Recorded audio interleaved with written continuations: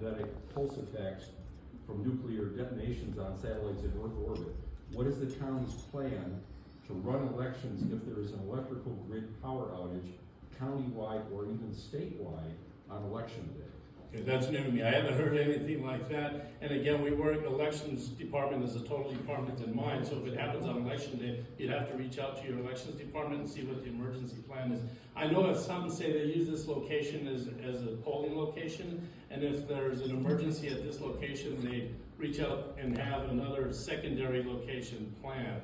But I haven't heard anything like that, so that might be a question for our elections director to ask to see what the plan is on election day for that. Yes, ma'am. You said that when you were discussing the protocol from the drop boxes, you, two people, one counts, then the second count, then you transport it, then somebody else somewhere accepts those and they count it. Yes. And then it's put in a secure vault. Yes. Who is accepting them? Where is the secure vault? And where does that end up going when? So staff takes them back to the recorder's office in Holbrook, and the staff at the recorder's office is the one who looks at our count, and they're the ones who verify it and sign it, and then we have a secured vault that they're placed in. In Holbrook? In the recorder's office in Holbrook. In Holbrook. And what day are those counted? So right now, like say we receive them now, so we'll start doing signature verifications, and then once the ones that are accepted, they go up to the elections department, and the elections department or the board is the ones who open those ballot envelopes and tabulate those up at the elections department. On what day? Well, it depends. They do it throughout, on the early boards, they do it at different periods. Yes, ma'am. The people that look through the signatures, how are they certified? So we're certified through the Secretary of State's office. They have a federal person that comes in and does our training in our class, and we have to take the class and take the test and be certified through the Secretary of State's office in order to be certified to do signature verification. It's originally it's a week-long class to get certified, and then we do a biannual recertification training and stuff. So we look for every little, and you can ask Senator Allen. She's been in my office to see how we do signature verifications, right, Senator?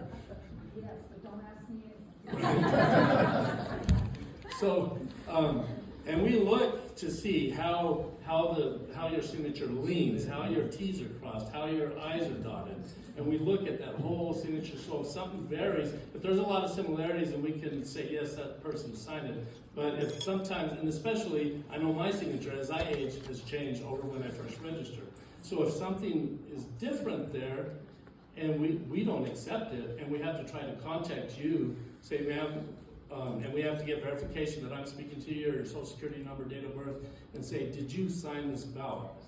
So we have to verify that it was you that actually signed it. Because sometimes your spouse might sign it, or if your kid's away at college, the parent signs it, we cannot accept it, and it gets rejected.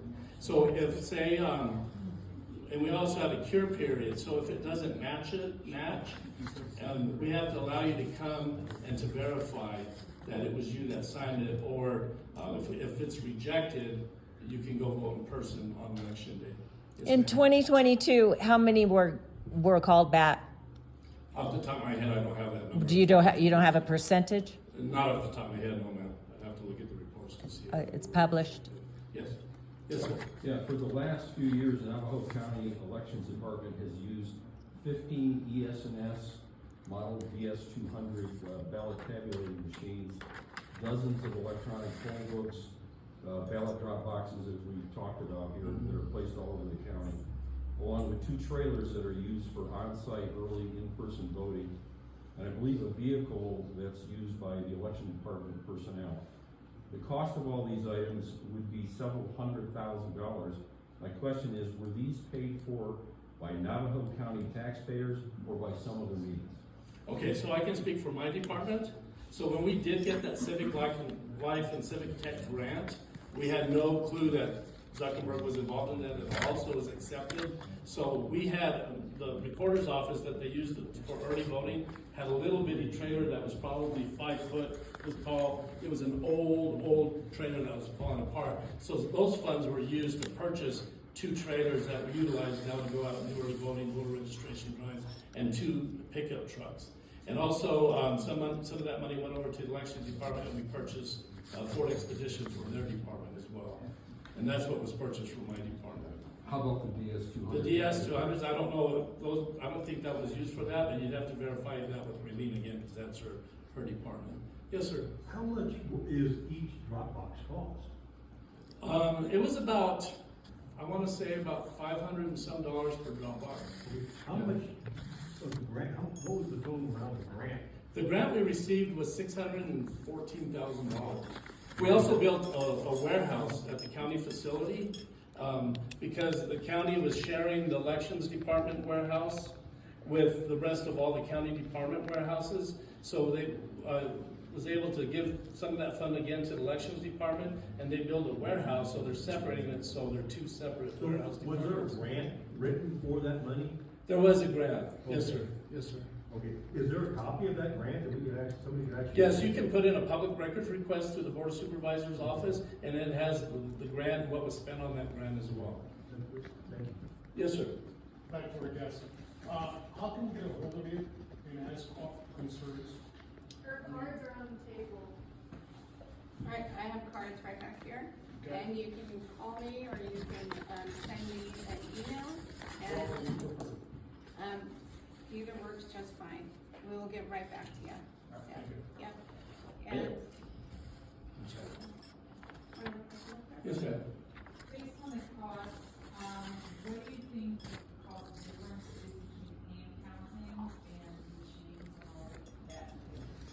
Again, that would be the elections department, because they're the ones who hire poll workers. They're the ones who get the people that come in and work, you know, the hand counters and that's a whole total separate department than the recorder's office. Do you have names of these contacts? Raylene Richards, she's the elections director, so she would be able to answer those questions for on the elections side of it.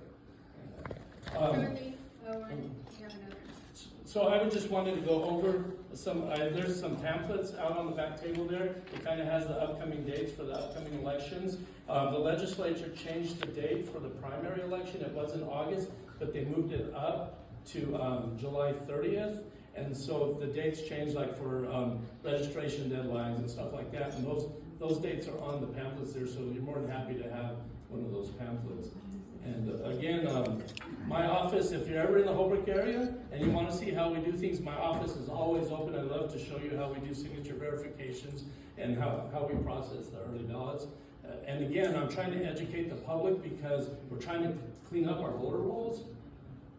And so a lot of concerns, a lot of issues we're having is people who no longer live in Navajo County, but they're still on the active voter list. We send out 90-day notices. We send out new voter ID cards. The county just did some redistricting and precincting, so we had to send out all new voter registration cards. And so if you know somebody who no longer lives at that address, a lot of people just tear it up and throw it in the garbage. And so we're trying to educate the people to please send those back to us. Because if we get return mail from the post office that person no longer lives there, or that person's deceased or something, then we can go